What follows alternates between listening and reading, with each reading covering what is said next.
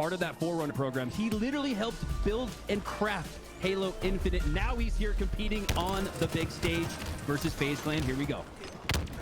Native White is definitely a popular team. A lot of people with their eyes on this roster. We got Barcode out of the ANZ region. We got Tapping Buttons out of Mexico, but they're all coming together to fight under the team name Native White. And I'm as excited as anybody to see what this team can bring us. They don't have an easy matchup, however, going up against FaZe, Renegade with the shock rifle, laying down cover fire left and right. Doesn't find the headshot just yet, but what he did was push back Native White to allow Frosty to scoop up that camo, and Frosty is going to work with it. And the opening break looking very strong for FaZe Clan as they controlled numbers, shock rifle, camo, and the lead here, 20 and rolling against Native White. They're going to have to find an early answer here if they want to bounce back against FaZe Clan, who is seemingly bouncing back after a muddled performance there in that last series. I think a little bit of a trap match, maybe sleeping, maybe looking ahead to this Native White series, and it makes perfect sense because FaZe Clan looking up to the task here with that rolling 40-0. Oh, Renegade, he finds the back of Barcode's head and he delivers the shock rifle. Perfect. No time for a victory celebration, however, as he deals out some damage to Mikwin across the map. And now Renegade, there's a player above him at the top of glass. He has an idea. Does he go back to back, taking down Barcode from behind? And oh, unfortunately, that's the worst kind of deja vu for Barcode. Yeah, Barcode was just chasing the bait there, and he got picked off like a fish. Renegade with that shock rifle. Now 75 and counting. A remote detonation for Frosty on Gilkey. Nothing going in the favor of Native White as McWin gets his face peeled. A perfect headshot for Renegade again. I'm gonna risk the caster's curse. Renegade is at 4 kills now with that shock rifle, looking for one more to make it the killing spree.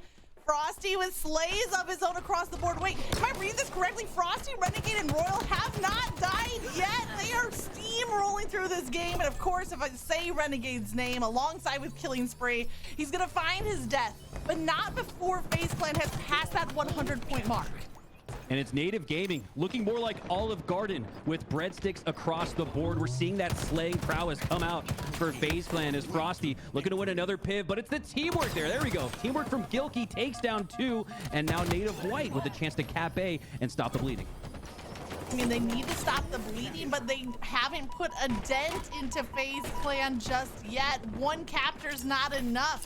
If they can secure B, they're finally gonna break that goose egg 0 on the scoreboard. They're getting multiple objective points right here. They need to keep this going though. Chaining together positive play after positive play. Royal 2 now at the back of B, trying to flip it back over for FaZe. Royal 2 popping shots with that disruptor like he's got the shock rifle instead. Everything going in favor of FaZe Clan here early on, and just as it looked like magic, we're going to see a little bit of a breakthrough from Native White. FaZe Clan has broken the resolve of Native White, and they're going to have to come up with another answer. Now down 145-5. Earlier, 20-0, it was looking more doable, but right now it's looking like all FaZe Clan here in game 1. Now we have seen a pretty impressive comeback in Strongholds earlier today during that darkest hour matchup. But this is almost impossible. If there's a mode to do it in, it's Strongholds. But Frosty shuts down that capture. That was, you know, potential for a triple cap, at least for a brief moment. But instead, off of that kill, Frosty resets the zone, and he's even firing the disruptor at the weapon pad, at that plasma pistol pad right there, to keep Tapping Buttons suppressed. Yeah, another one of those kills that looks like one in the feed, but really counts for more as it regains control of A. And the scoring, the rolling scoring for FaZe Clan as they're now approaching 200 magic here in game 1. This is not the FaZe Clan we saw last on Recharge. We're setting up to see either the most dominant win of the day or the most miraculous comeback. One way or the other, this is a game to watch. Royal 2 takes the break onto Pipes. He gets shots onto 2 players. Tapping Buttons is there to meet him with damage of his own. Tapping Buttons now with the shock rifle in hand. Lines up a body shot. Doing a great job of playing his life throughout this game with only 4 deaths. Can he continue to do so? Playing his life has not been enough, however, for the Native White team. He needs to hit a shot. He finds a body shot onto Royal 2. Renegade is also right around the corner. Both players are weakened by Tapping Buttons, but he is not finding those slays. And it's the Slays that have gone back in favor of Native White in the sense that they're off of that really slow start. We saw red sticks across the board going into the 2-minute mark. Now they've done a good job. 4-4-7-2. They're getting back in the mix, but it's not resulting in points for Native White. FaZe Clan looking dominant here as Barcode potentially reverses fortune with that reversal. It's going to have to start here with B and Gilkey. Gilkey securing that control. He's going to put some points on the board here, but Magic, the question is, for how long? Points are on the board right now for Native White, but there's still pressure on the C side as FaZe Clan rolls through. Barcode across the map. I think there's a player behind him at the top of lift. Barcode jumps out, has Renegade down to 1 shot. Looking for the assist to come through. Native White now with a triple cap. If there's one way to get back from a deficit in strongholds, the triple cap is really the Hail Mary for this team. And this is huge. Even if you end up losing here in game 1, just for Native White to say that they showed some fight, they showed some resistance, it's almost like seeing is believing for them because they're a new team. FaZe Clan, aside from Renegade, these are guys that have been playing together for years and years and years. Mick Wynn, the American, bringing guys from Australia, Mexico, and Gilkey into the fold. They're all new to each other. There might even be a language barrier there. So I think we're starting to see a little bit of that come to fruition as we see FaZe Clan and their experience with each other coming out on top here in game 1. Barcode holding the zone at B, but a frag grenade finds him. Gilkey might take over that position to try to continue this capture onto B side. A much needed capture at that as FaZe Clan are just 9 points away from taking this win. Frosty cleans up the kill. He's holding onto the zone. He's left at 1 shot. 1 grenade could stop that capture, but somehow Frosty is staying alive. He's 15-7, and with that capture on B, 2 seconds left. That's 1. That is game. FaZe Clan come out with a dominant game number 1. Oh, Frosty with just a lick of health there. Back at the pillars to secure B and the win there. But it was Renegade anchoring at Needles, not allowing Native White to push up and get that angle or those extra grenades in the corner to take down FaZe. And my goodness, Magic, they're going to have to go completely back to the drawing board. And this is sort of the benefit when you're that lower seeded team or you get completely wrecked in game 1. You can kind of reset and simplify things here in this game 2 Slayer, where some of that teamwork, some of that experience isn't going to be as important for FaZe Clan. This is an opportunity here for Native White to come back and tie the series. You know, they were looking at 0 on the scoreboard for a long time, and then they got kind of hung up at 5, so I'd like to see them coming out with a good chunk of points. Not enough to really make it a dramatic finish, but also when you're talking about the Slays, they finally started to crank it up, which that's what they're going to need in this game number 2 as we head into Slayer Aquarius. From the stats, Frosty with that 10.0, Royal 2, we saw him in the previous series coming out with that 20-6, and now in this game, Royal 2 puts up good numbers yet again. Yeah, and I will say Native White finds himself in a tough spot. The reason being, the strategy here would almost be to slow things down in game 2, right? A lot of times, even in the micro, macro moments in game, you'll see teams slow down when they go down. I think that might be the strategy here for Native White. However, Magic, Native White in game 1, to me, they look slow. They look too slow. They didn't look coordinated. They didn't look together. Didn't even look like in some cases they had opening strats worked out just yet. Those are things to expect from new teams. So for Native White here, let's just let it rip. Let's just try to put it together. And maybe this first tournament is that big scrim weekend where they can take over some VOD, go over some strategies together. This isn't ultimately the open qualifier we'll see on Monday and Tuesday. So an opportunity here for Native White to get some tape, work on their teamwork, their communication, their chemistry, and build on it here. That's something I always appreciate about you, Mikowski, is that you highly value that work ethic. And even off of a loss, there's so many lessons to learn to come back stronger. This is just the opening tournament of season 2. So take the lessons where you can find them, because we got a long season and a lot of opportunity for growth and improvement on the side of these rosters. Let's see what Native White can do in game number 2. Off of the rip, though, it's Frosty who finds himself with the camo. Frosty with that camo, low shields, gets back up to full, rotates, re-shields, repositions, has McWin's back, and it's the perfect 4 shots going down, which have FaZe Clan up 4+, a 7-2 hot start here on Aquarius, and every single player for Native White is about to be interlinked by those by those shot grenades. Frosty pushing up for the triple kill. He has the melee there, lands the triple on tapping buttons, has an overkill to his right, but he doesn't care. He's just going to reset, play at his pace, take a deep breath, maybe take a sip of coffee as FaZe Clan is in full control. What an incredibly deadly use of those dynamo grenades, those shock grenades, as all of Native White was clumped up in the worst way for the chain reaction damage to come through. Great plays there from FaZe Clan as they start off with another hot lead. Royal 2 with the melee backsmack, looking disrespectful as he storms through the base of Native White. Oh God, just as you think you might have a little chance, it's the trade from the grave. And my goodness, FaZe Clan looking absolutely unreal. A lot of predictions had Native White in that top 8, top 12 category. So for FaZe Clan to be up 22-5 to win that game one the way they did, it's absolutely unbelievable. Snakebite looking to make use of that camo. Renegade doesn't need the camo to earn himself the back smack. He has the big brain. He has the position. He has himself another trade. And Magic, at this point, you will trade all the way to 50 as FaZe Clan is up 25-8.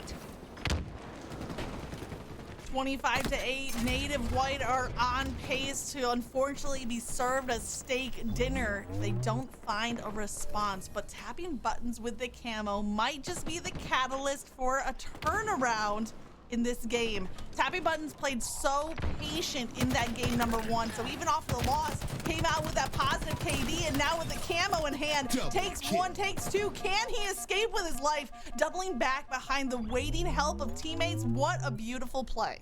Here we go, 4 down from FaZe Clan. This is going to be Native White's best look at coming back in this match after a great camo used by tapping buttons, compounding it into a potential double kill here against Frosty. No, he goes down, but it's still a numbers advantage for Native White. They have top mid control. McWin looking to make good use of it here on Renegade in a pit, but he's going to have help from Royal 2 as he peeks out around the corner and takes down McWin. 3 players from FaZe sitting at 8 kills apiece. That's Frosty, Renegade, Snakebite. And this is something you've mentioned before, Mikowski, that clumping of stats showing the strength of this overall roster.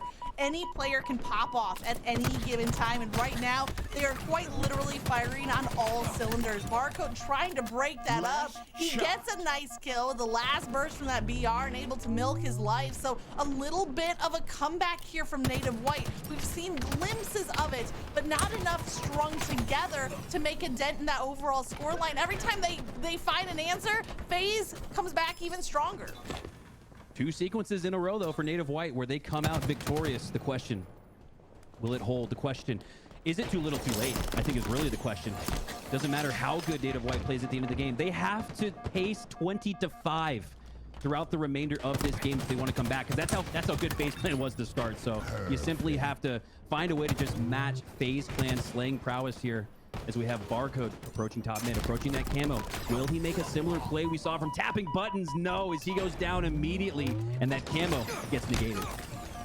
That denial from Snakebite so crucial to eliminate comeback potential with the use of the camo. Now Renegade with the heat wave, storming the castle, takes down 1, takes down 2, and also giving information for teammates like Frosty to continue making this push. The last 2 players in Native White are trapped on the stairs. The only way Frosty goes down right there is because he had to stop firing his weapon to reload. Yeah, and like I said, we're seeing Native White. They're doing much better in the second half of this game, but my goodness, after one of the best starts I think we've ever seen against 2 top teams in a team player, FaZe Clan is now in the driver's seat to close this one out, go up 2-0 in this series, and put Native White on the brink of facing the lower bracket. I want to go back for a quick minute because you mentioned Native White being in the top 8 or top 12 list for a lot of people, and I'm wondering if this series right now, is it showing us that maybe Native White is not a top 8 team, or is it instead showing us what that gap might be even within the top 8? Is FaZe Clan just that much better that even within a top 8 kind of list of teams, they're showing themselves off to be the dominant force?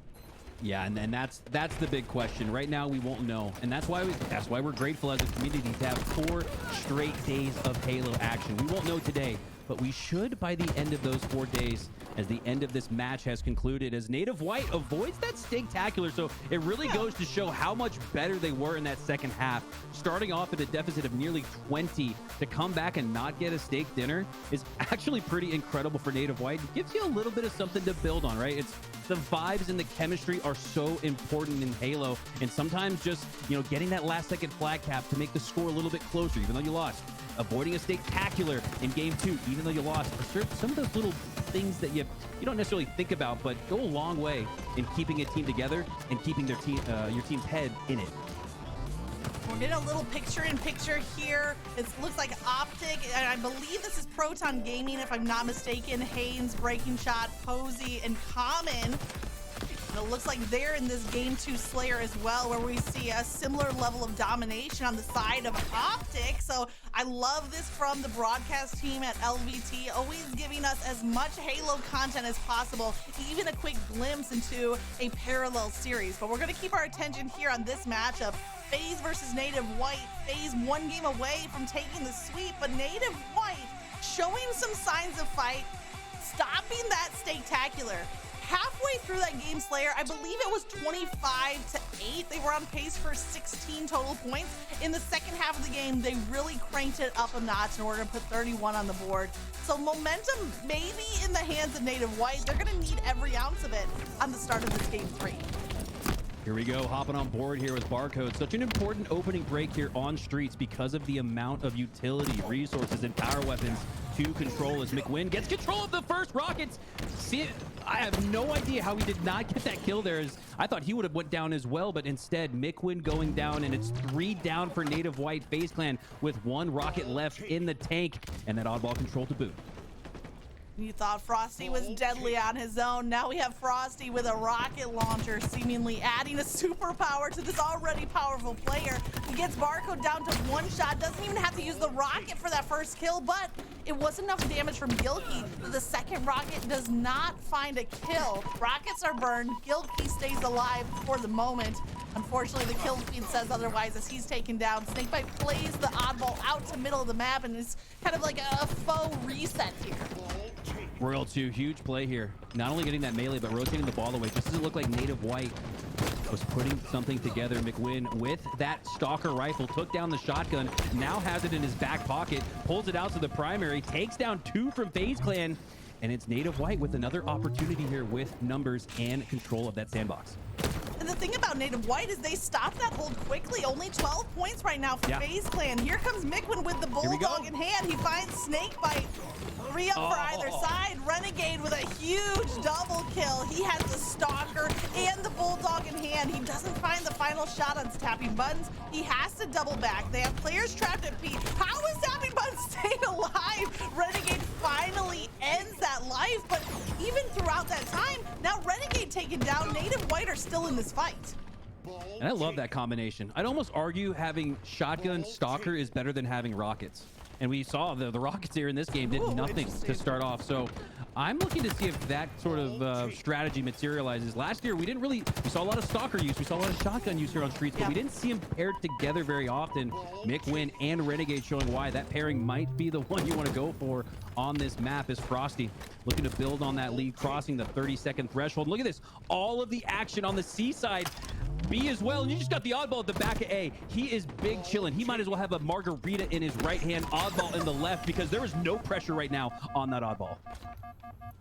Sitting in a hammock on the beach somewhere, just milking objective time and letting players like Frosty do the dirty work with the use of those rockets.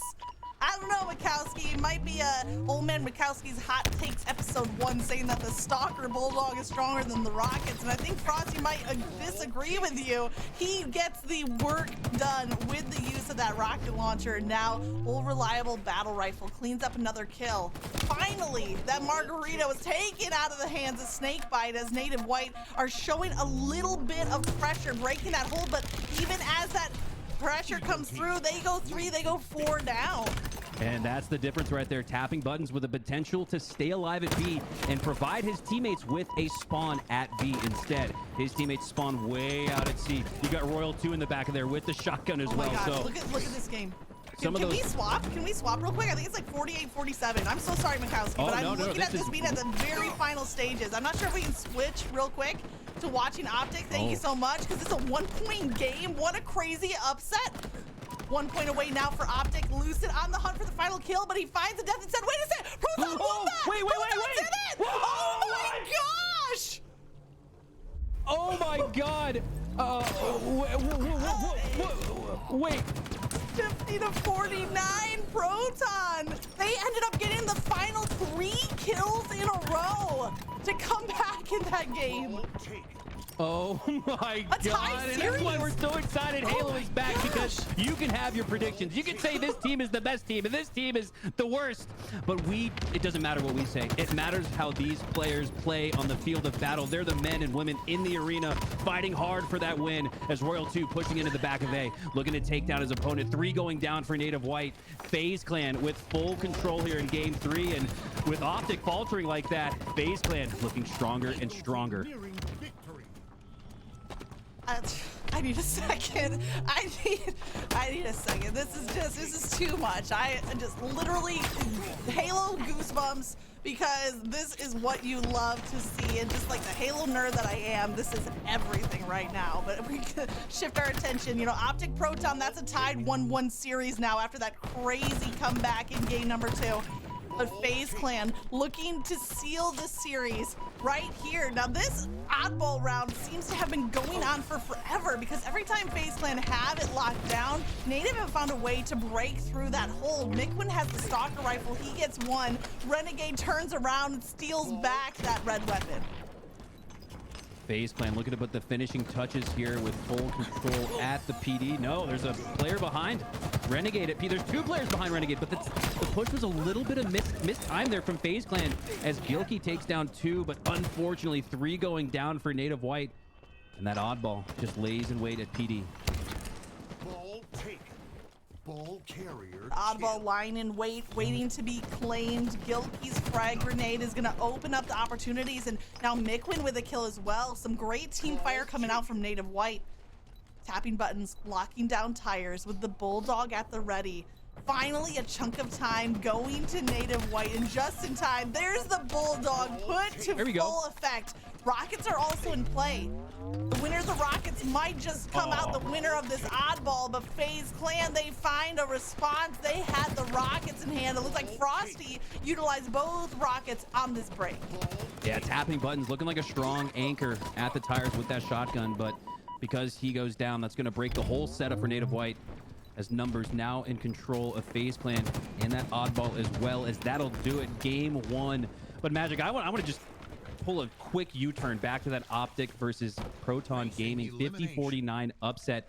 If you watch LVT, you're not even surprised by that, because by watching LVT, you get full access to the entirety of the Halo community's coverage and these top teams, and most importantly, up-and-coming teams. Proton Gaming has been one of those squads for seemingly months now, and I feel like for us on the LVT side, since we've casted and watched so much of them, we're all asking the question, when will they finally break through?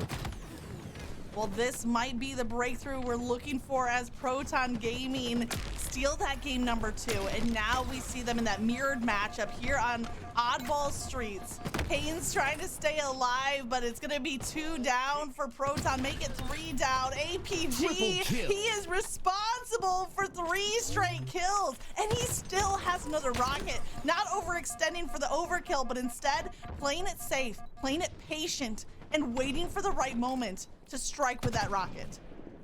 Looking for an angry response back here from OpTic Gaming, and for Proton, doing a good job keeping it close here, keeping it within 1 oddball possession here in game 3, the swing game. And if you're Proton and you win this swing game right here, you have OpTic Gaming really starting to question themselves. And if you can just start to instill a little bit of doubt and disbelief in that other team, it's sometimes equally as important as getting the win.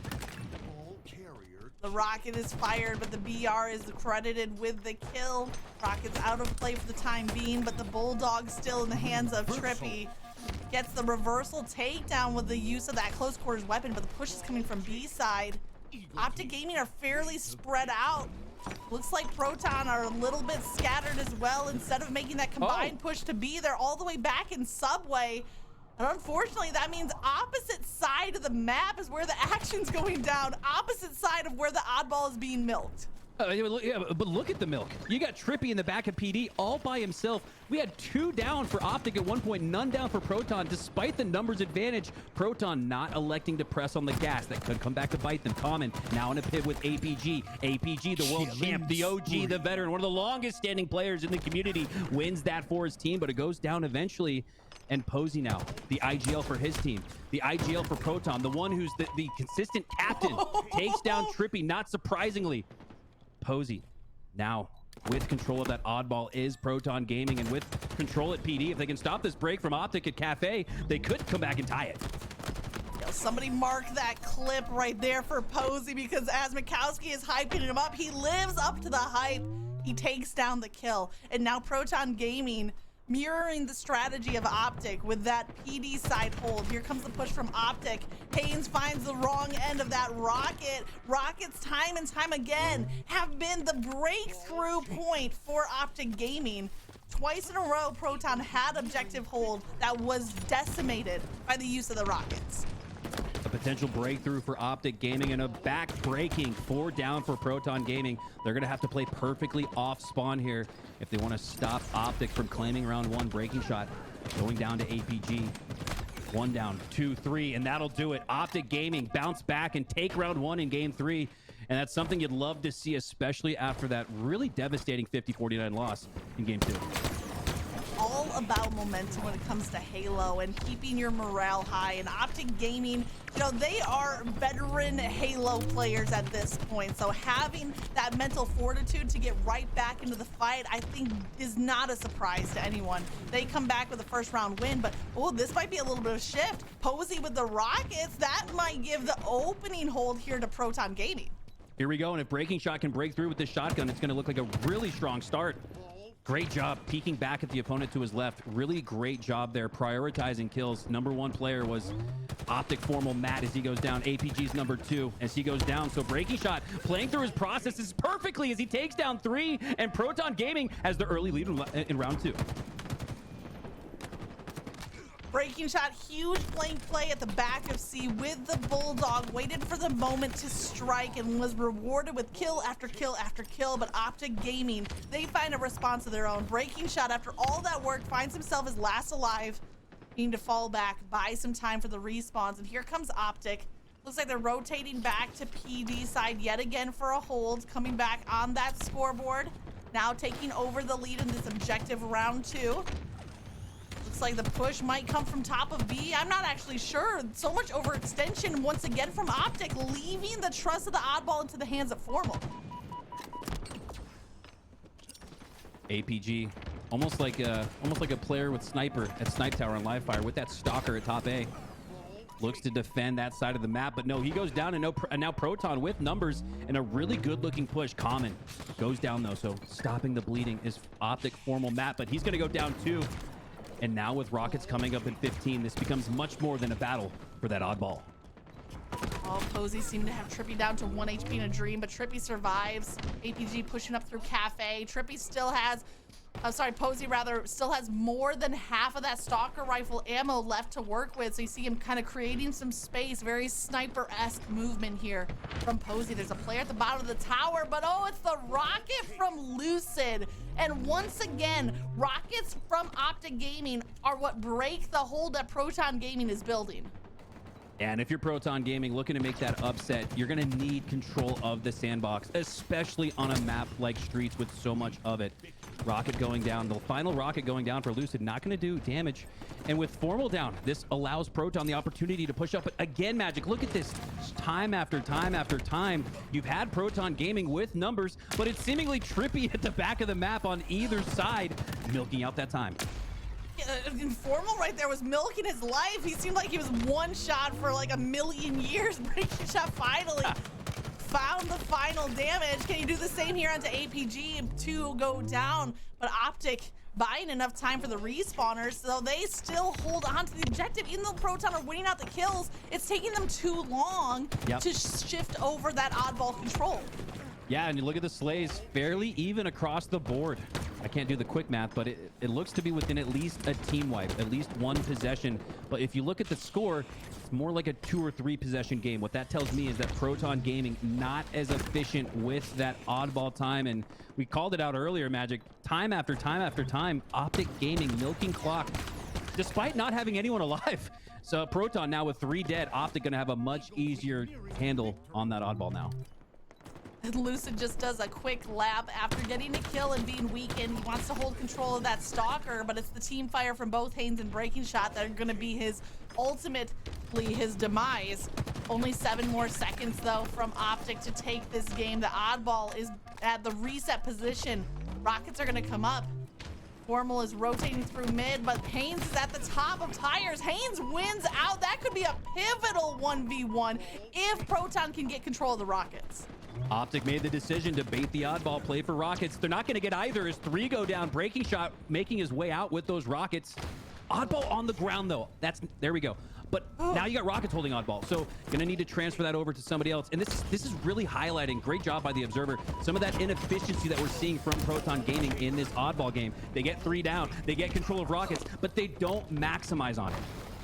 And it does look like the picture-in-picture here is showing that FaZe is just seconds away from taking the game. There it is, the game and the series going over to FaZe. So we're hopping right back. OpTic tied in this series, trying to assert their level of dominance. Trippy just needs to get the last few seconds. No fumble comes through. Trippy holds on to the oddball. And credit to Trippy, 137 seconds of objective time. Just the person you want to see close out the game.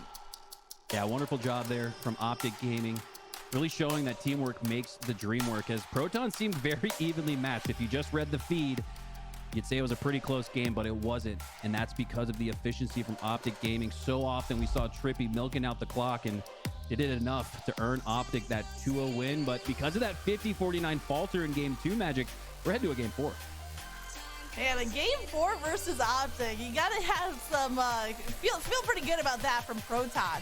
But how do they build off of that, right? Like, it's taking one game, awesome, you feel good about it, but you know you're hungry for more. So if we're looking at a live fire strongholds, what does it come down to? Sniper control, overshield, like what's the keys to success? Scrappiness. Proton Gaming has got to get scrappy here in game 4, almost as scrappy as they looked in that just sprint, that mad dash for those final 3 kills to win 50-49. They're gonna have to bring back that level of scrappiness here in game 4. And I'm not saying you go for 2 seconds of hill time, because I don't think that's enough milk, but you might go for 5, 10 or so. So if you're Proton Gaming, finding the scrappy points, taking advantage when you have numbers, because we saw plenty of it. We saw them take OpTic 3, 4 down plenty of times. Here is going to be your chance to maximize on it. If you don't, you're going to lose bracket. Not enough milk. That's what my dad said before he walked out. I'm sorry. You left it right there, Wachowski. It's too easy. No, all's well, and hopefully all is well for Proton Gaming. They've shown us that they can be a scrappy team, and they'll need to show us that again. Game number 4. Credit to them for forcing this game 4 in the series. You know, you'd think early round brackets, this is winners round 4. You think OpTic's gonna just 3-0 down the list, but Proton says not so fast. We are here, we are ready to fight. And they're coming back in game number 4, Strongholds. Now, we did just see a Stronghold match in the previous series. That was quite one-sided. So I want to see Proton not only with that scrappy play, but not let this game run away from them. Even though Stronghold gives you comeback potential, I don't want it to come down to that as the necessity. So the opening break being all that more important. APG finds the heat wave in his hands. He hears the footsteps at top mid. Gonna try to team fire over here, but Lucid gets the trade on his own independently, and we're looking pretty even slays on either side. Formal last alive for OpTic. Look at this. This is perfect. This is exactly what we were talking about. You look at the score. You saw the feed. 3 go down for OpTic Gaming, just like we saw earlier in that last game. But the points are now materializing. Proton Gaming already halfway to securing their first hill of this match. It's a great start for them. Absolutely the start we wanted to see from Proton Gaming. They already have hill number 1 halfway captured. It's not going to be enough just yet. They need to win another round of slays, and unfortunately, the slays are not going their way. 1, 2, 3, 4. All 4 of Proton go down, and Formal the whole time just hanging out at the top of C Tower with a sniper. Haynes gonna force spawns for his entire team at the dummies. And that's a great job shooting down Formal from that spot on the snipe tower. He would have had just almost like a shooting fish in a barrel opportunity looking down Yeah. at all of his opponents as he scurries away. But his teammates do a great job cleaning it up as two go down for Proton. Lucid now going down, and it's Formal with that sniper on the hill location. So he's going to face some pressure here. Can he line up the no-scope on Common? No. But he does enough to land an assist at back B as OpTic continues to hold and has a potential here to secure this first hill.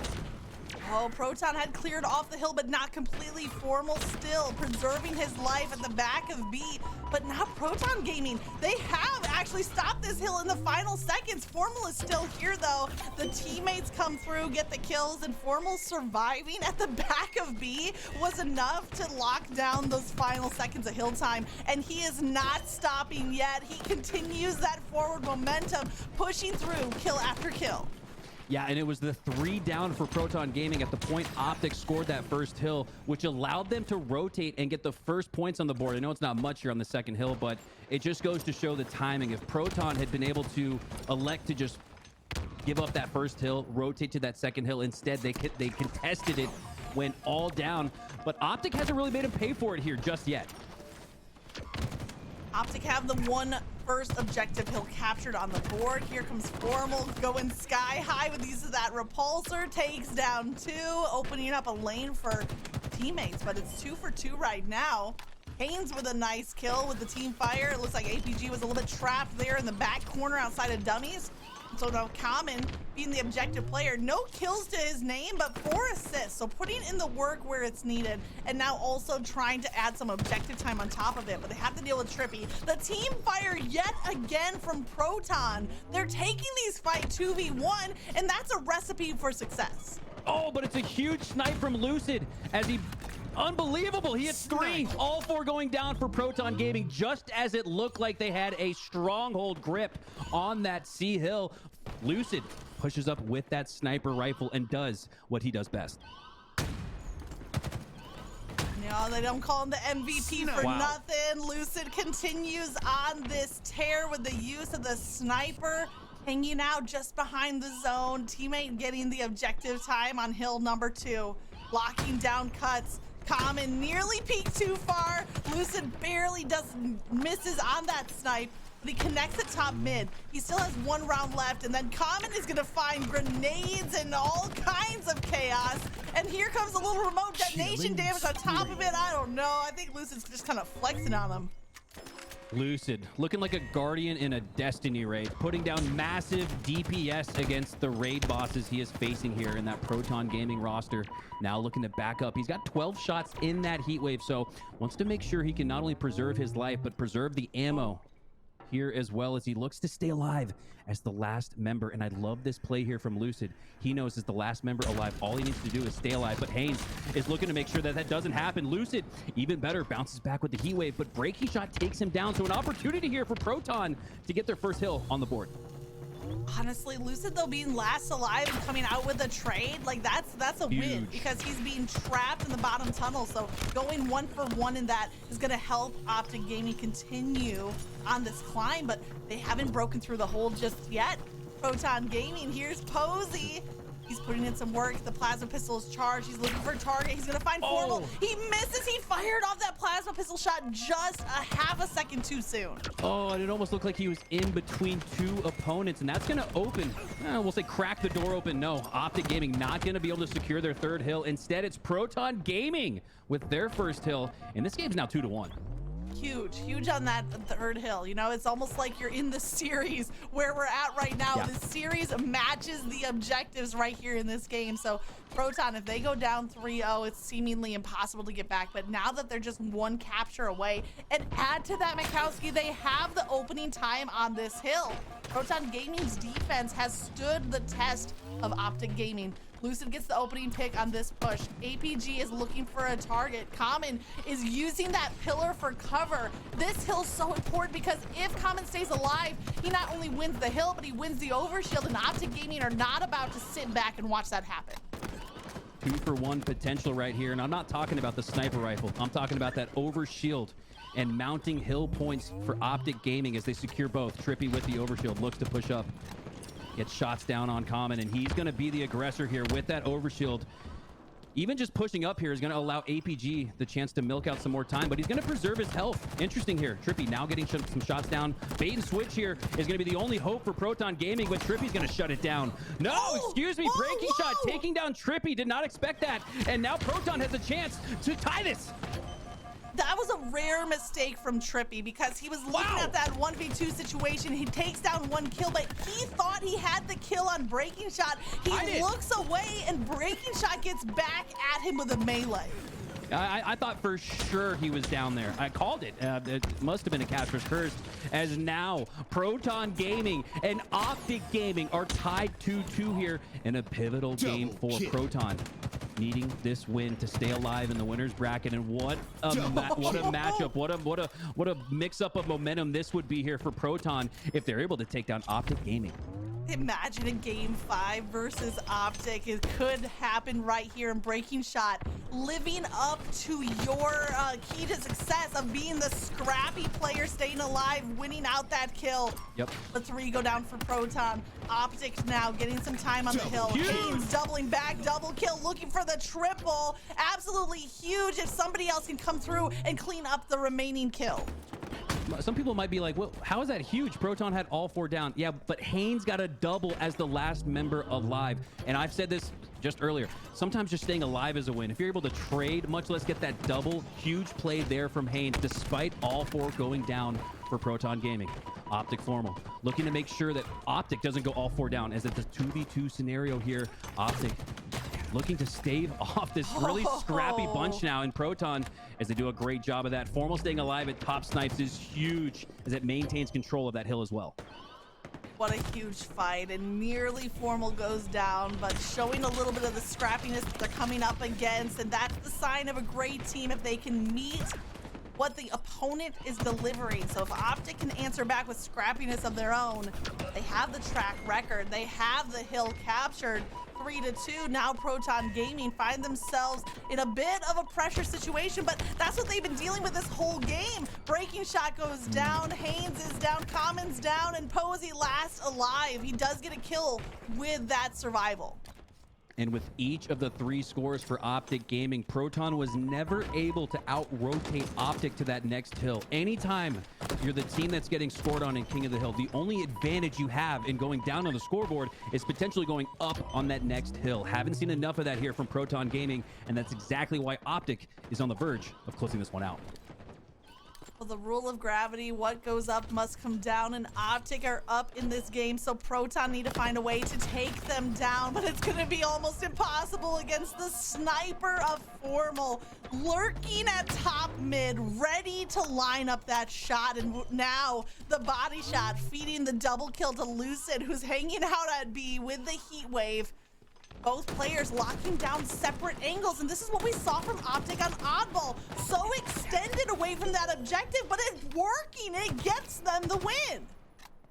Huge plays there from OpTic Gaming as they clutch up and clutch out Proton and send them to the lower bracket. Well, my goodness, Magic. The matches, the levels of intensity are only gonna go up. So for OpTic Gaming, after a little bit of a shaky series there, is gonna have to go back to the drawing board almost, have a little team meeting and discuss what their plan is for the future and here on out in this tournament, because FaZe, OpTic, everybody's looked beatable despite looking like those God squads